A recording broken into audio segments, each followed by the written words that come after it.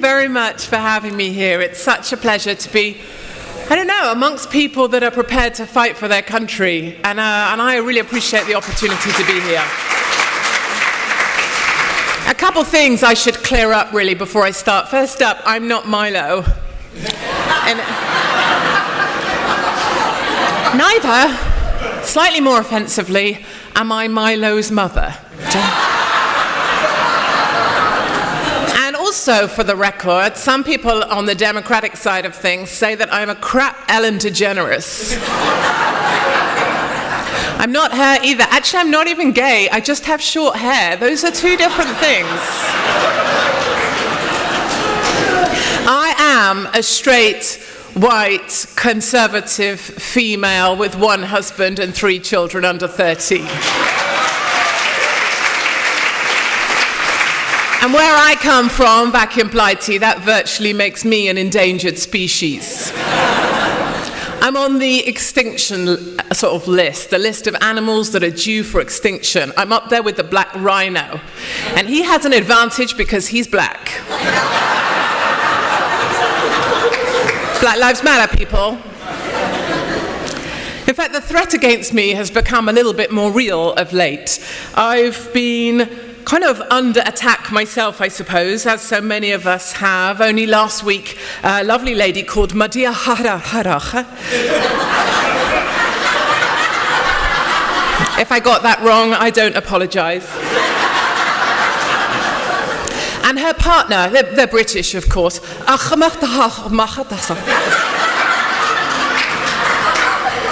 They were in court and they were found guilty of conspiring to commit acts of terror against citizens of the UK, one of which was to decapitate me. Yes, ladies and gentlemen, Miss Islamic Extremist 2017 had been romancing a jihadi, and as her wedding gift, she wanted my head on a plate. I was at the top of her list because I am the biggest bitch in Britain. Yes, I am. She bought him a hunting knife, she bought him a plastic dummy to practice his stabbing skills on, and they chatted about the glorious day on WhatsApp. And in a rare example of the British police actually doing the job they've been paid for instead of placating the Muslim mafia or policing my Twitter, she has been found guilty and sent down. All right. She is going down, and she better get used to that in the slammer that she's been sent to.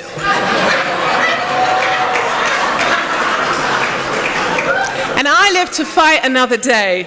And so here I am, and my message to you resonates with what the boys were saying. I was thinking they're a bit like the 3 wise monkeys, those guys, aren't they? Except they do hear it, they do see it, and they do say it. So thank God for them. But my message is simple. Do not let this great country become the United Kingdom. Do not allow America to fall as Europe has fallen. Look at us. Let us be a warning. Be better than us. I've watched my country fall apart, and I want to warn others before they let their country do the same. And believe me, I love my country.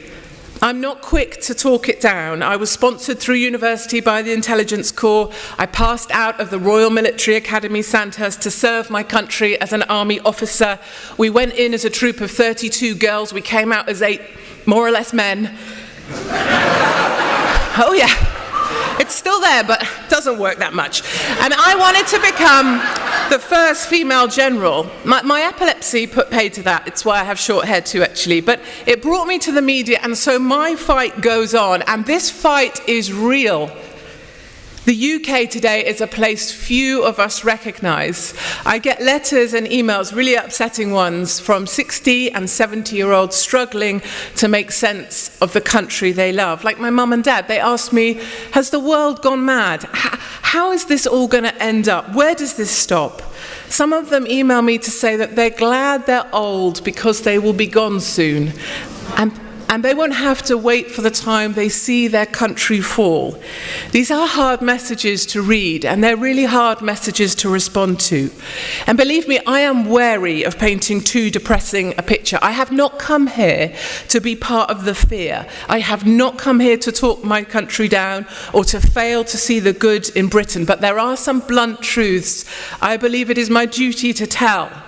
You are more likely to be raped in London than in New York.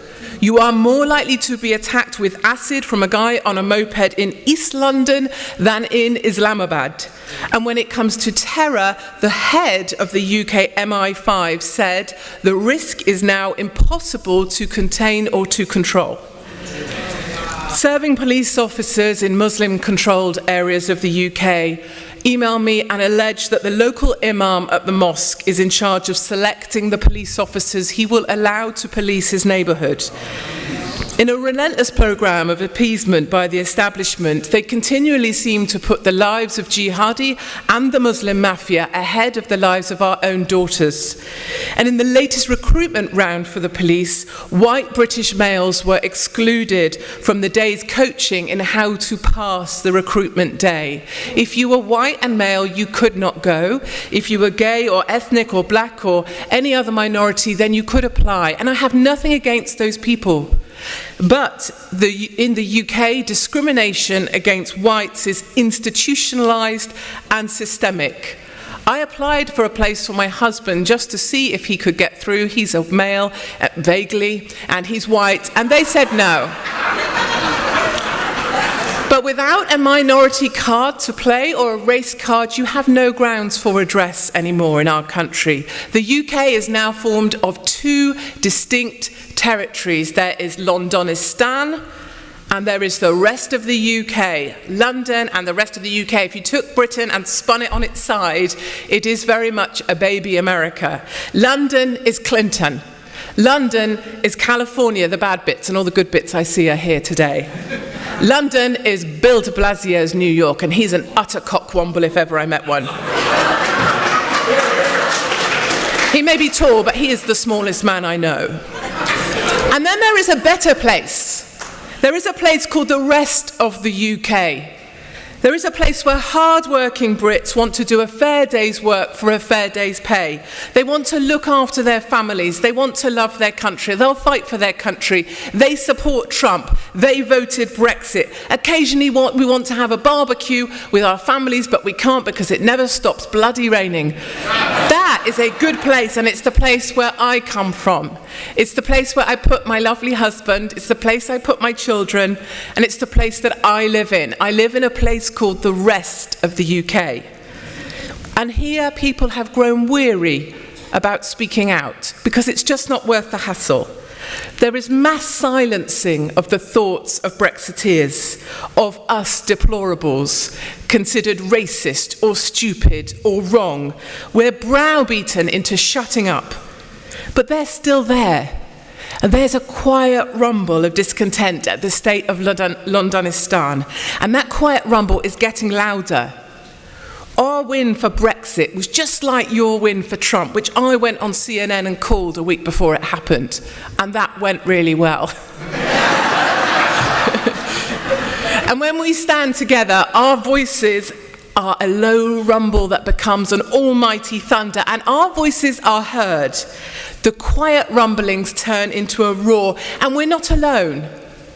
Across Poland, Italy, Austria, Germany, the voices of the discontented are rising up to reject the globalist agenda of the people that are managing the decline of Europe and letting us fall.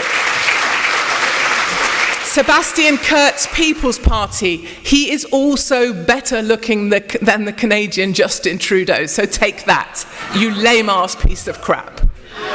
The German AfD, the huge parade of patriots in Poland recently in support of national pride. You can feel the determination of the people that I talk to. I can feel the possibilities. There is hope. We do not have to watch our country fall. And there is action we can all take There's 3 things I'd quickly like to run through, if I may. Firstly, most importantly, the same as the guys were saying, we must reject the narrative. Resist the narrative. Just because someone said it and they're wearing a uniform or a badge does not make it true.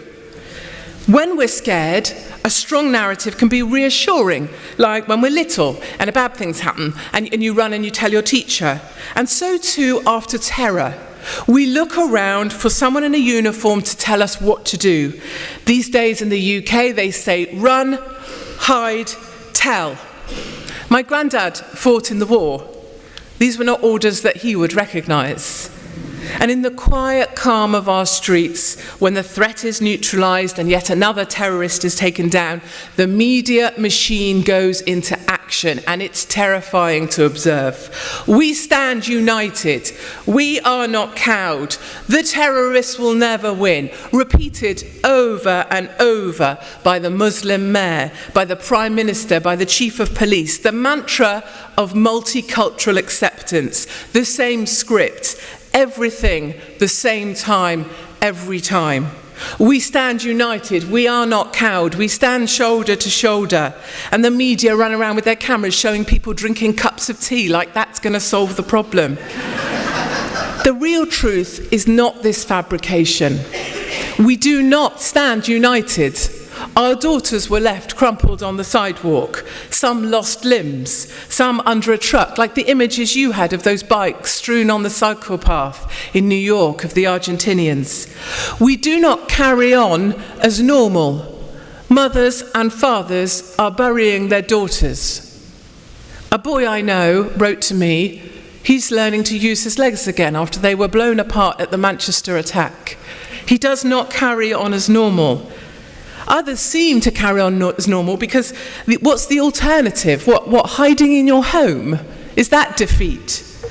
It's not normal to build walls on bridges of rings of steel around Christmas markets. If this is terror losing, I would hate to see terror win. Enough of the candle lights, enough of your hashtags, enough of your heart-shaped gestures at the sky, enough of turning the Eiffel Tower lights on and off. I'm epileptic. Flashing lights don't do me any favour whatsoever.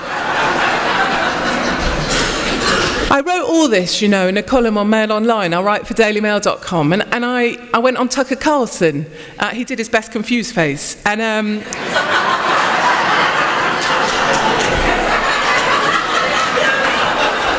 Tucker, quit that.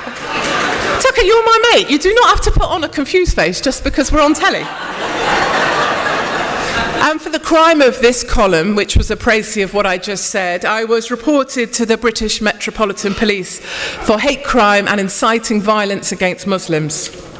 We can reject the narrative. 2, we can commit to arm ourselves, not just with the help of the NRA. Sadly, in the UK, we don't have that luxury of the Second Amendment. Our police on our streets are armed with the equivalents of a Clorox spray and a Band-Aid. Some even have a letter from their mum excusing them from games. But we can arm ourselves with information that we find closest to the source, not information fed through the liberal filters of Google or the Californian Fruit Loops at Facebook. We must look for our own truths. I spent 48 hours in the migrant camp at Calais in France. It's called the Jungle, quite appropriate, it seems to me, where African migrants masquerading as children and asylum seekers fought their way through tear gas and steel fencing to break into the trucks crossing over from France to Dover to sneak into the UK. My photographer was lynched, his camera was stolen, his wallet taken, he was beaten up, and he went home because he was badly beaten, actually. I had my arm dislocated. They came for us with steel bars. We were put in the back of a van and taken out of the camp to safety. I went back in the next day. I was told to cover up by the charity workers there, the do-gooders, the Democrats, those types, They told me to cover up my shoulders because it was offensive to the Muslim men. So I stripped off. They didn't like my tiny tits much better either. I met a lady with a little boy, and I was trying to find this quieter story, you know, real women, real problems. And her little boy, it was the first child I'd seen in camp, and she invited me into her little caravan thing. And it turned out her little boy was in fact a little girl, except she dressed him as a boy so that at night the migrant men wouldn't come and try and steal him from her. And I learned a big lesson as well. I was naive. Migrants don't come for a new life and leave their old life behind. They bring them with them. All the old conflicts from back home. The Eritreans hate the Somalis, who hate the Afghanis, who don't speak to the Libyans, and they're still fighting. They come, they do not start a new life, they bring the conflicts from back home. I spent 48 hours in the cab of a large haulage truck because I wanted to understand the dangers of this crossing people were making. I always said, one day someone will die making this crossing because our truckers are at risk. British truckers' lives are at risk, and indeed one has since died. And I had my eyes open once more. These entire truck stops run by the mafia, movement of migrants, ticketed, organised, controlled, lucrative, officers at the port paid to turn a blind eye to the migrants crossing. It is much more systematic than we imagine. I travelled to Libya, to the coast of southern Italy, to join the migrants crossing over from the Med. You'll know that there's charity boats, Save the Children. Just because they call themselves Save the Children, it doesn't mean that they are. It is virtually a ferry service, and to be completely honest with you, for transparency, I would rather it was a ferry service. Hundreds of thousands of migrant men, fully aware of their rights, given places in local hotels to stay, given €35 a day, a sum that locals themselves don't earn. And when I carried on my journey and talked to these men in these hotels, they were blockading the road in the local village in southern Italy because their Wi-Fi was too slow. The rice that they were served was too soft, and they were protesting their rights. These are the people that come. I met with a woman on the tarmac at the side of the road in the heat, and she looked ill. She said she was poorly. She was there to service the drivers as they passed. She was trafficked for this life. And these do-gooders, remember, think they are saving lives. They are not saving lives. They are destroying lives while they're pretending to do good. And I walked the suburbs of no-go Sweden because Trump said, Sweden has fallen, and the media crucified him for that. They mocked him relentlessly. I can confirm firsthand, Sweden has fallen. An elderly woman grabbed me. She had only Arabic for language. She grabbed me by both arms. Wrong hair, wrong face, wrong place. She was worried for me. She was a kind lady. I was the only white woman, the only white in the whole of the area of Sweden that I was in, where people no longer go. And she was worried for my safety. No-go Sweden has fallen to the migrants, and the Somalis still battle the Eritreans, who still battle the Afghanis, just like they did in the camp at Calais. And whilst I was there, 2 hand grenades were found in the police station, just in a bin outside the police station. And a week later, a Muslim took a truck and rammed it into pedestrians in the shopping arcade, as you will recall. One was an 11-year-old girl. It's a curious thing, you know, how the bodies of our daughters slain by Islamist terror never make the front pages of any of the press. I interviewed a girl who lived in the forgotten suburbs because it was all she could afford. She can't go out at night. She daren't leave her home. She was burgled, but the police couldn't come because their cars are looted and torched. She said she's no longer allowed to carry pepper spray to defend herself because a girl that was attacked by a gang of Muslim men accidentally pepper sprayed the wrong guy and was prosecuted for GBH. Sat in the darkness of our home, she wouldn't even allow me to take a picture of her face for the camera for fear of reprisals by Swedish feminists who support the migrant men at all costs. In the game of Top Trumps, the victim edition, if you are a migrant, you win every time. Swedish feminists, in fact feminists as a whole, have never been more disappointing. I fail to see how they support women. And I met the head of the toughest fire station in Sweden, who was exceptionally good looking. I'm just going to say that. But once I'd moved over on that point, he was now building a bigger fence around the station to stop migrants vandalising the engine, the fire engines, and to stop them coming in and stealing the cutting equipment, which they like to steal. I asked him whether walls like this were our future, and he looked at me really strangely. He was surprised. He said, "No, it's too late for that. We no longer build walls to keep people out. Going forward, we will build walls to keep the people that we love in." And that, it still gives me the shivers now, actually. And these are my truths. These come straight from the mouths of men and women who live this stuff every day. No filter, no lens, no censorship, no Google ranking, no New York Times. And next up for me, I want to go and join the white farmers of South Africa who are being systematically cleansed from the country by blacks there. And this way we find our own truths. If we can resist the narrative, if we can, just by speaking to people we know, doctors, nurses, teachers, people in the street, people that have got problems, we can find our own truths. We will have the story of the people who will have the power. And then finally, the third arm of this thing is that we have to have the moral courage to fight. We have to somehow find the strength to withstand the constant attacks that we face. And Trump is the Jedi Master at this game. I love him. We know what it's like to be ostracized by friends who don't like our opinions. People can be unkind, the media can be merciless, but we all need to find the moral courage to stand strong. You know, I have battles of my own, of course. I have Mrs.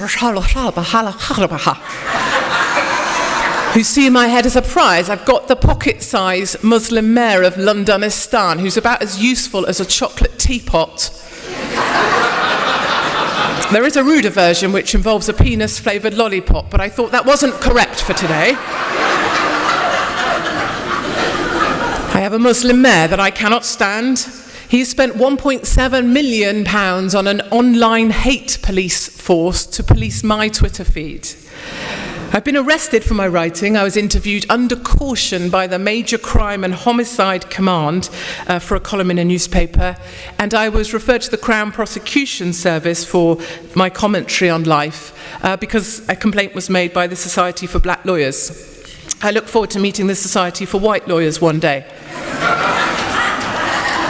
And my family are reported to social services on a fairly regular basis. People hope that they can take my children from me, and that will silence me. The last time social services rang and said they'd had a complaint, I said, but my children are at home, and my husband just made them a prawn salad, because prawns are quite posh in my family. And the guy was like, that doesn't really help. No, it doesn't. And vexatious litigation, of course, is never far from my door. But I'm not complaining. There is no self-pity. I've put myself out there. I have to suck it up. If I don't like it, I can get home, sit on my sofa, shut up, and become a vegan. And that is not going to happen. But resistance is key, and when we come under attack, we need to make like an arrowhead and feel the criticism falling from your sides. You know, I get a lot of emails from 16, 17-year-olds who feel like they have no voice in school anymore. They can't say if they're a Brexit supporter or if they're one of the members of Gays for Trump. They can't speak out. And I say to them, make like you're diving into a swimming pool. Feel the water coming off your sides. Feel that. Imagine that's the criticism falling off you, and keep moving forward. We can keep moving forward. The liberals who reject Brexit or try to discredit Trump, they gave birth to our determination to succeed. They are Frankenstein, and we are their monster, and we are big, and we are bad, and we are coming for them. They are right to be afraid.